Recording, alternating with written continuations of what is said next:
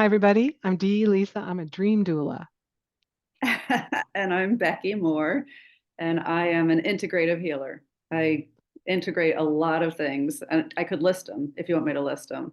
Oh, please do. Okay, good. I wasn't sure. I didn't realize that you're interviewing me, but I'm always a little like, how much do you need to know about me? So I'm an integrative healer. I have been a body worker for 30 years now, and so my love of all of everything related to woo woo, related to the body, related to spirituality. Like I just love it all. And so I integrate with my body work. It's sort of like I do somatic work. I combine cranial sacral and Reiki, but I also do a process called voice dialogue, which is helping with separate the conversations of the parts of us, parts work, some people refer to it as. And I can feel vibrational and emotional holding patterns in the body. And so then there's like this process of kind of unraveling that. And it's pretty awesome. Plus, I do astrology and tarot. As I said, there's like a lot of different things in this. Wow. Plus, I saw something that you sent out the other day that you were doing shamanic drumming. Yes, I'm studying shamanism also. Yeah, as I sort of am like a junkie when it comes to this stuff. It's just so fun. Sort of the deeper I go, the more fun it is. And it's not always fun, I have to say. Like sometimes it's kind of it's a process, but I really like the process. I think it's interesting because for probably 20 some years, you were my go-to body worker. Yep. And one, and by the way, listeners, she's not my go-to body worker anymore because I don't live in the same city. Otherwise, I'd still go see her. But one time you said to me, "Oh, hey, Delisa, did you feel good on Sunday afternoon? Because I was doing this class and we were supposed to practice on somebody remotely. And I didn't ask you for permission first, but I practiced on you." And I was like, "You have permission from forever to remotely heal me. Bring it on." You were always so accommodating. Whenever I learned something new, you were just like, "Yeah, practice on me, do it." Yeah, we're gonna do what? I'm jumping over a fire on Epsom salts. Okay. Like, um, and all the things because yeah, there's more than one way to heal the body, and of course we're not our bodies. And there's more than one way to heal the mind, and we're not our mind or our thoughts either. And so we're energetic beings living in human bodies that, yeah, and sometimes things get stuck, Yep. and we need people like you to help us get out of that stuckness. Yes, yes. Which is part of the reason why I do take so many trainings and stuff because I'm human also, right? Or I'm in a human body. And so I have things that get stuck. And so a lot of what I practice is only stuff that I have practiced on myself first. So Mm. my experiences and things that I teach and things that I do are completely based on my personal experience. I think it just makes it more real for me, makes it more real for the person. This is not theoretical what I do. This is very much I'm so much about like getting it in the body and feeling it because when we're just completely intellectualizing everything, there's a, a misstep, a gap. There's like to me, it's like you can't, there's like like some people use the word spiritual bypassing, right? Like you can go and meditate and please meditate, do all that stuff, but we can like want to always be up. But if you don't have the foundational work, in my opinion, the foundational work of working in the body, working on if you to make it applicable to the chakras, the first, second, and third chakra, the ones that kind of have all of our childhood imprints and have a lot of the trauma and stuff. And so like working on the imprinting of childhood, like with the work that you do, the coaching and stuff like that, and kind of helping to work through some stuff then it gets us into our body, and that's the hard work, right? Like that's the work, kind of working on the belief systems, working on the trauma in the body, working on the emotional holding patterns in the body, so that then when you go up to like what is the spiritual connection, going up to that higher energetic self, then in my opinion it sticks more. It's less fleeting, it becomes Yeah. more, and then intuition is becomes more accessible. Yeah. Oh, that's so beautifully put. Plus, I think one of your skills is also you studied life coaching as well. I did a while ago, yes. Yeah. Yeah. So, Yoga uh, and all sorts of things. and oh, right. And you're a yoga teacher. And obviously, you signed up or agreed with yourself at some point to be a healer in this lifetime. Yep, yep. Every now and then I question about whether I'm it's supposed to be, if I'm on the right path, and like over and over again it's just like, yes, you're on the right path. Yeah. So I feel I had a when I was in my 20s, since I've been doing this for so long, I have a fine arts degree, my and a bachelor of fine arts, and so I had moved to Seattle, and I was like, what am I going to do, right? Like just like minimum wage jobs seemed to be the only thing that was available to me with a fine arts degree. And I had some fun jobs. It wasn't like it wasn't worth it. And then I was just like, but there's something more. There's something more. And I met somebody who like I started interviewing all these people. I started sitting there going, what do you do? Right. Because I just was like, I was thinking of nursing, I was thinking of physical therapy, but it just wasn't quite the right fit for me. And then I met someone and he said that his wife was a massage therapist. And I was like, what is that? Like, I didn't even know what a massage therapist is. You And had never had a massage before. no, I'd never had a massage. And I literally had the proverbial light bulb, like it went ding, like I felt this moment of like, I think Hmm, I need to do. I could do that. It was so crazy. And so yeah, a month later I was enrolled in the school. And when I interviewed for the program, they were very sweet. They were just like, we only have one requirement for you to come to school here. And I said, what is that? And they said, you need to actually go get a massage. And I'm like, that's fair. Oh, okay. That So just wait. What yeah. was your massage experience for your first massage? Was it a good one? It I didn't love it, which is the funny thing about it. Like I was kind of like, oh, this is it. That's so crazy. Okay, well, it was good. Okay, so I never even liked to be touched. Like I was not someone who was just like, oh yeah, give me a hug. I was like a Uh, kid that was just kind of You're like, like, no, no hugs. Don't I hug need me. space. I need like don't like and yeah. So it's really a little bit of a cosmic joke that I'm doing what I do. But I think part of why I do this is because I have full compassion for others that like where touch is uncomfortable, right? Like it's just like, it has to feel safe. And when I got into massage school, it was educational for me. It was like, oh, this is like receiving on a level of it was receiving in a way where the boundaries were clear for me. And Mm, that became very uh key for me, like to like, no, that doesn't feel good what you're doing, yes, that does feel good, right? Like having, like being more in control of the interaction, as opposed to, oh, I'm just supposed to hug grandma and grandpa because that's what you do, right? Like, and yeah. it's just this, and not that I loved hugging my grandparents, but yet there's this societal expectation around certain things. And so for me, the training and the education around all of this, for me, like that was the beginning of this process for me. I like that you brought that up to the uh, if the touch is good and you like it, you can even tell your massage therapist that. Yeah. Like that's too hard, or that's not hard enough. I don't like it when you do this because they're not forcing it on you. They Mm-mm. don't have to do it a particular way for you to get the healing.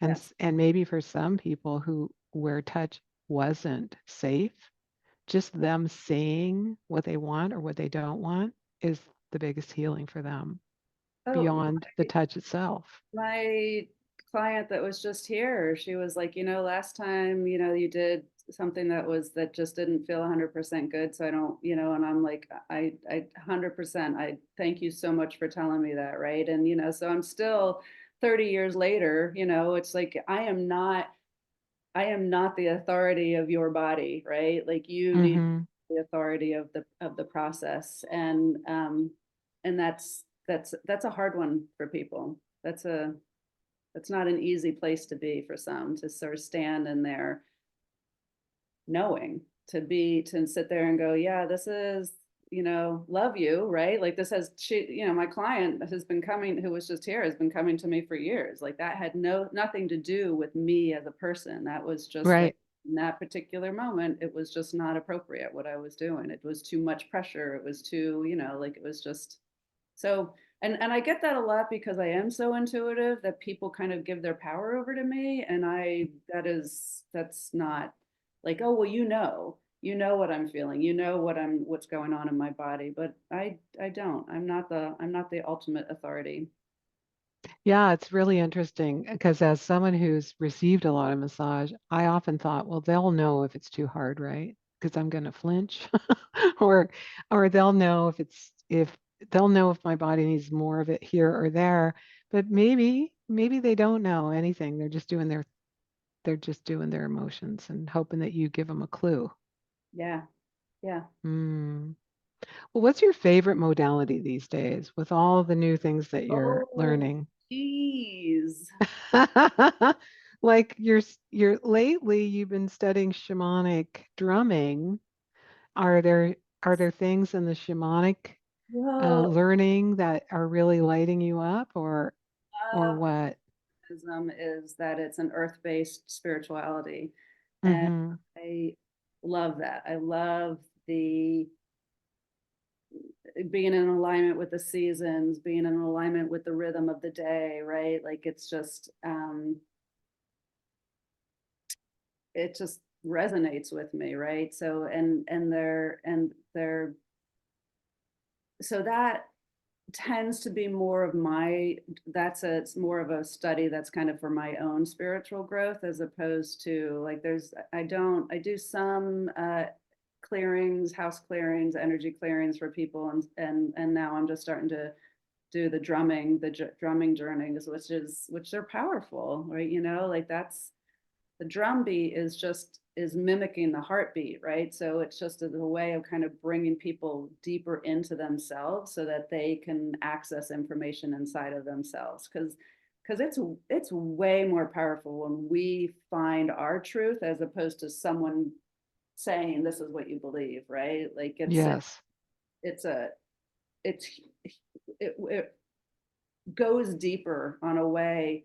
I mean, otherwise it becomes like, oh, well, Becky told me this thing, and so it must be true, as Yeah. opposed to I had this experience, and that is really true. I was thinking about that the other day because based on a teaching that I learned years ago and that keeps coming around is like it matters who says it is the statement from this instructor. And it was a particular lesson in how to be a really great salesperson. Huh. And the concept was if you tell them you should buy this thing, maybe they will. But if they tell you, I really want to buy this thing, it's out of their mouth. It's what they decided. And it's also true for all the other things that we want our people to realize. If they say it, if it comes out of their mouth, it's come through their mind and their thoughts and their emotions, and they're like, they are really embodying it by sharing that thing with you, whatever that thing is. Mhm. That's beautiful.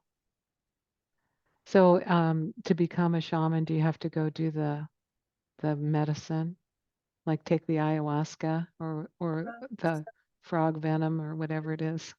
Um, so our teachers say that like to be a shaman is a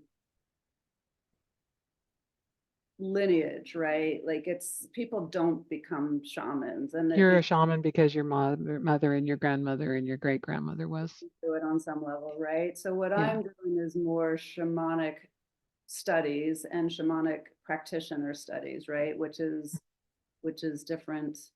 I just always want to kind of clarify that because it's a like there's a lot around all of this whole subject right now. Like it seems to be kind of up for people, like the plant medicines and stuff. Yeah. And Yeah. so there's different ways of studying it, right? You don't have to do plant medicines by any means, right? Like that's just kind of depends on the program and depends on who you're studying with and stuff like that. So Yeah. I had a long conversation with someone the other day and they're like, they went to do a plant medicine journey and then they said they met someone there who'd done it 50, that's 50, 50 times. So I'm like, how many times is too many times for plant medicine? After a certain point, it sounds like you're just entertaining yourself, not really diving deep. I don't know. There's always more to learn on some level, right? And there's some people that claim that the process has healed them on a level that they've never been able to get to before. Hmm. So, that statement of is that too much, I think is completely individual. I think it's just completely Okay. not it's a level. I mean, is yeah, can I do believe that there's sometimes people go after it at on a level of the ego, like just wanting more, like that kind of like they're sort of what's they're hooked into the excitement of the process, or they need to kind of have the next rush, right, type of thing. Yeah. Yeah. But I think the majority of the people that I've spoken to, that's not the process. The process is a completely deep internal process. And there's a lot of conversations around this now within the community because there's so many people out there doing practices that maybe are trained well and maybe aren't trained well, right? Yeah. Like it's Yeah. not it's a lot can happen within the process. And so like if you're thinking about doing a plant medicine, my biggest advice is to make sure that you're with people who are leading it, that you trust, that have that like I wouldn't recommend going down to Peru and just going up to somebody on the street, right? Because anybody will take you through a ceremony, but whether or not they're equipped to sort of handle the process is a whole other thing, right? Like it's like with anything, you want to be discerning. Right on. Yeah. Okay. Thanks for that. So, in your practice now, what's your main thing that you help people with? You still do body work, you do voice dialogue, you do Reiki, you do tarot, you do astrology. Do you just tailor it for each individual client, so to speak? Yeah, there's a um, I mean, some people come asking for just an astrology reading. Some people come and ask for just a tarot reading, right? But there's a lot of times, like within a conversation, somebody will sit there and go, "Oh my God, I'm like the craziest stuff is happening to me." Then I'll be like, "Okay, give me your birth information," and then I'll Let's look at your chart. plug it in and sit there. Okay, well, you've got this and this and this happening, and which you're in it for the next 6 months to a year, kind of thing. And there's a relief of the acceptance when the brain has this like, okay, this isn't forever, right? Like there's and then kind of like capitalizing on the lessons of like what the person is going through at the time, that is really can be really powerful. So yes, I am sort of incorporating things all the time. So with the somatic body work, when I when I'm feeling, so I can, so the way it works for me is I feel like actual vibrational energy, right? You know, like you think about music has wavelengths, color has wavelengths, right? You know, so that, so emotions have wavelengths, at least in my, how I perceive them. And so when I am in a certain part of, when I'm working with somebody and there's a certain area that's got my attention, then like I'll start asking questions, and voice dialogue, that process has a lot about sort of asking it's a lot about deepening questions. It's, you know, the questions help the person to uncover like what's sort of the underlying meaning of what's happening, right? Like, and again, this is like I could sit there and go, oh well, I'm in your liver, and you know, liver holds anger, and I'm feeling like you're really frustrated right now, right? You know, I could say something like that, and sometimes that works, but it's more, again, effective if then the process is coming from them, right? Like I'm feeling something, which then directs my questions, which then directs sort of a conversation that will kind of help unravel a particular pattern or holding that's going on in the body that people don't even know that they're holding on to, right? Like the body keeps the score. Is So you might say something like, well, I'm feeling some tension here. Um, is there anything coming up for you? that, or there's also I could say, you know, I'm in the liver and liver holds anger, and then I would start a conversation around, you know, like what is happening in their life and what, you know, Mm. and then, and sometimes it leads to sort of more childhood imprints, sometimes it leads to kind of past life stuff, sometimes it leads to like there's a lot of layers that it can go to, just depending on what's showing up. Oh, so you also talk to people about past lives. I'm writing that down on your list of And sometimes it's accomplishments. mediumship stuff, but it's not ever, I don't, that's not a guarantee, so I don't say Mm. that I do that because I can't just conjure up people, it seems like, at the drop of a hat. But Yeah, yeah, but sometimes as I'm talking to somebody, so I the way, so have you, do you know what muscle testing is? yeah. So muscle testing, right, is like But I have, let's tell people in case they don't know. no, I haven't even been trained in muscle testing, so I might, like, I hope I'm not butchering the definition of this, right? But like, so basically, when you're, do you know the definition? Do you want to say it? I would just say your body knows. You, And I've had muscle testing taught to me in a couple of different ways. Like as a sales professional, muscle test, yes or no, should I call this person or not? And you do it like this. You put your fingers together, and um, yes is they stay together, and no is like poof, they fly apart. And you're like, wait a minute, that's too easy. Um, Other people can muscle test you by having you move your arm up and down if it's easy, or even lying on a table, your arm straight up, right? And I've seen it this way too, which I love so much. If you want to stand up and ask yourself a question, first you say, is the answer is yes. So yes would be front for me. No would be going back. And then I would ask myself a question, what should I do? And your body will either move to the yes or no. Every single time. It blew my mind when I heard about muscle testing. Did that explain it enough for someone? Yeah.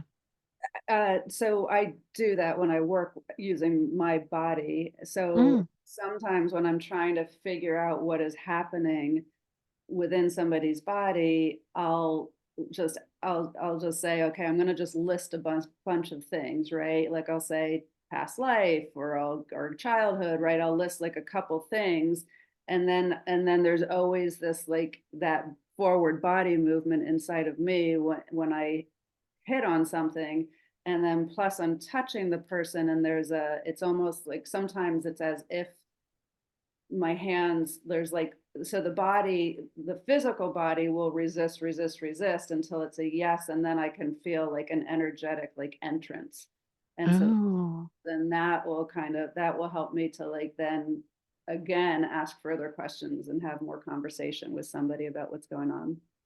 so you can feel it. Oh, that's so fascinating. So you feel it in your body as a yes, Mm-hmm. like I demonstrated standing up, and also feel it in your hands when you're working on it. Is as if you're like going in, even though maybe you're not, but it feels like you are. So the body will yield. The body, so Mm. the body creates like, nope, nope, that's a no, or the body will be like, yes, welcome. Wow, And that's so, so so cool. it really helps. And so when people are kind of, I, I had one person, she was trying to decide way back and whenever the vaccines were coming out, like she really was torn like about whether she should get the vaccines, and she had a really negative reaction to the first vaccine. But there was this pressure to get the second one, and so she kept coming in. She's like, okay, ask my body. Right, Ask my body, what's it say now? should I go? Should I get it or not? Right. You know, because a lot of times we are a little bit blind to what is our truth, right? Like it's really hard. It's like it's hard for me to just sit there and go, oh, I have this idea. I'm more practiced at it, but when there's something uh, particularly emotional for me or like it's important to me, it's so hard for me to get a yes or a no. Like, you know, like when I'm trying to make a decision, because I mean, that's the hard part about intuition, right? Mm. Like, so to me, intuition is comes from the messages within the body. And some people are more feelers, some people are visual, some people hear, right? Like there's different ways of getting intuition, but to be more in touch and in tune with your physical body is really really helpful intuitively to like really start to like go, okay, this, I know this feeling, I recognize this is something I need to pay attention to, right? So that's to me like how intuition kind of shows up, Yeah. Oh, that's so beautiful. which is why I'm teaching this class. Let's talk about the class. So you're teaching a class on intuition? Yes, I am teaching a class at EastWest Bookstore in 3 weeks on June 7th. And it's just an hour and a half class on Friday night. And so EastWest Bookshop, sorry, I always say bookstore, bookshop has, they had to close during the pandemic, and now they've reopened their um, storefront in Edmonds now. So it's in, which is north of Seattle. And so it's yeah, it's a great place. And so yeah, so the class is going to be on like helping to exercises to help you become more, to recognize that you can feel energy, that you can feel things in your body, that you, that they're like simple things to help clear your energy hygiene. Like there's going to be a bunch of stuff. And then when you are work clearing it out, more in touch with what you're feeling physically, energetically, you are just naturally more aligned to receiving intuitive information. Oh, that's so beautiful because you could just imagine um, that intuition's maybe like raining down on you like rain, but if you're not ready for it, you've got your umbrella up. That's fun. Otherwise, it's just there all the time. And I was just talking to someone earlier today, and she was reminding me that I shared a technique on asking your higher self, or some people might call it God, um, by looking up. So you can ask a question, like what should I do about blah blah blah, and then look up. And you can look up in a room you're sitting in and kind of look up where the ceiling and the wall meet. Or if you're out walking around, just look up and a little bit to the right at the sky. And it works every time. you will Oh, get an intuitive answer to wow. a question you pose. So add that to your class. That's a fun thing to do. Awesome. Yeah, there's a lady out here whose name I don't remember, who she once said that basically there's a psychic Google all around us, and I love that idea. Yes, I love I that. love that. The other idea is, we live in this quantum field of energy that created the universes, that created us, that woke us up today. And yes, there are ideas out there just floating around, waiting for us to pick them up. And it's as though I'm sure everyone can remember a time where they thought, "What a cool idea! Wouldn't it be cool if someone invented this?" Or they get an idea about a song or a book or some invention, and then they don't do anything about it. And a year later, they're like, "There's my idea." Because that idea was everywhere around us, and the person who picked it up and made it happen. And you could have, because you heard that idea too in Yep. the psychic Google of life. Oh, Yeah, they I say love that that. like, you get an inspiration, right? So the thing about intuition is it's subtler than our brain, right? So our brain Mm, really good at arguing and really good at like, I mean, we need our brain. We need our ego. We need it, right? We need to put gas in the car and food on the table. Like we need all of that, right? And yet our brain tends to live in the past, which is tends to be focused on the fear, or living in the future and focused on worry, right? And intuition is the present moment, which is why being in touch with your body is so powerful intuitively. And it's since it's in the present moment, it's also subtle, right? Like it's a subtle, it's not our intuition very infrequently is going to be like, no, like that's our that's usually coming from somewhere else. Usually like intuition is just like, no, right? And which is so easy to override, right? Which is why it's the practice of, okay, so when there's a yes, when there's a thought, when there's an inspiration, when there's an idea, right? Like act on that. And even if it doesn't make sense, because that's what strengthens it, then you sit there and, and start, like always start simple if this is a new concept, right? Like it's Yeah, turn, like which grocery store to go to, yeah, or should I turn right or should I turn left? Should I call Susie or should I call Bob? yeah. Something simple like that.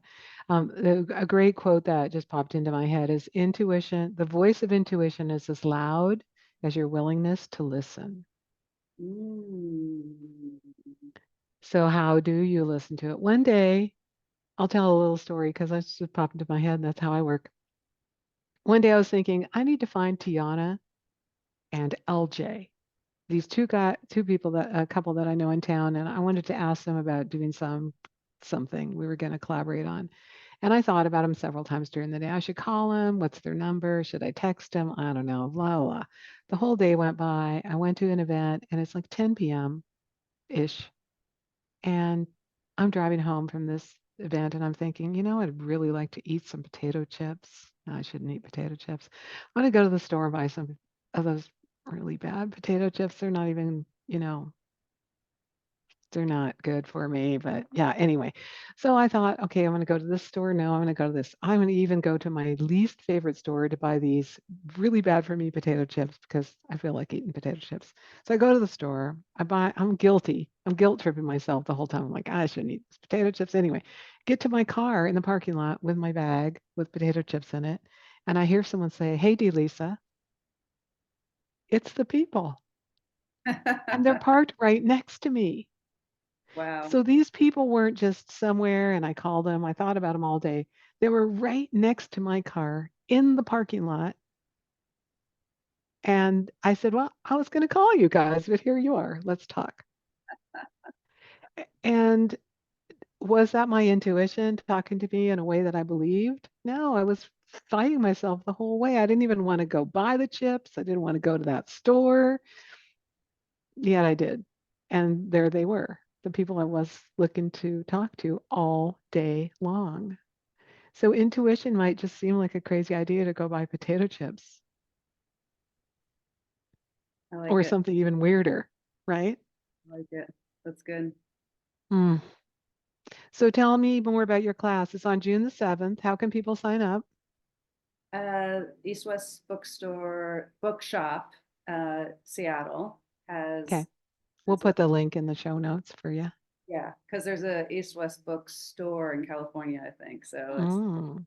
one in Seattle, and it's yeah, they have a whole list of presenters that are coming in and online and stuff. So yeah, Will this be in person, online, or hybrid?